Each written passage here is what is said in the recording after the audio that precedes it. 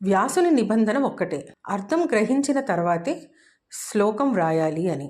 ఈ లోకంలో యుద్ధం జరిగింది, కానీ ఆ యుద్ధం కంటే గొప్పది దాని వెనకున్న ధర్మం.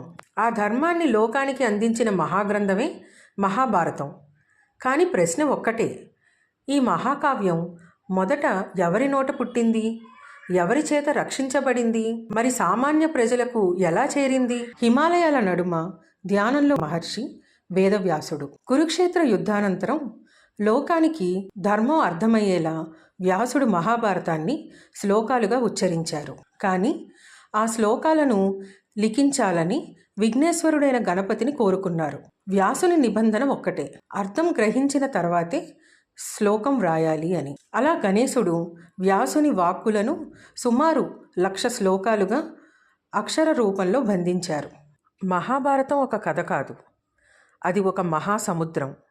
ఆ మహాసముద్రాన్ని వ్యాసుడు 18 పర్వాలుగా విభజించాడు. ఆది పర్వం, సభాపర్వం, వనపర్వం, విరాట పర్వం, ఉద్యోగ పర్వం, భీష్మ పర్వం, ద్రోణ పర్వం, కర్ణ పర్వం, శల్య పర్వం, సౌప్తిక పర్వం, స్త్రీ పర్వం, శాంతి పర్వం, అనుశాసన పర్వం, అశ్వమేధిక పర్వం, ఆశ్రమవాసిక పర్వం, మౌసల పర్వం, మహాప్రస్థానిక పర్వం, స్వర్గారోహణ.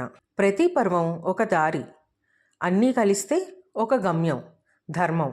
అందుకే మహాభారతం విభజించబడిన గ్రంథం కాదు, అది యుగాల్ని కలిపే జ్ఞానం. జన్మతో మొదలై మోక్షంతో ముగిసే ఈ ప్రయాణమే మహాభారతం. వ్యాసుని శిష్యుడు వైశంపాయన మహర్షి. గురువు చెప్పిన మహాభారతాన్ని హృదయంలో నిలుపుకొని జనమేజయ మహారాజు నిర్వహించిన సర్పసత్ర యాగంలో మొదటిసారి మహాభారతాన్ని ప్రపంచానికి వినిపించారు. అది రాజుల కోసం చెప్పబడిన మొదటి మహాభారతం. కాలం మారింది, స్థలం మారింది. నైమిసారణ్యంలో ఋషుల సమూహం మధ్య సౌతి మహర్షి నిలిచారు. ఆయనకి ఉన్న మరో పేరు ఉగ్రశ్రవుడు. వైశంపాయనుని వాక్కుల్ని విని ఆ మహాకావ్యాన్ని సామాన్యులకు అర్థమయ్యేలా ప్రజల మధ్యకి తీసుకొచ్చినవాడు సౌతి మహర్షి.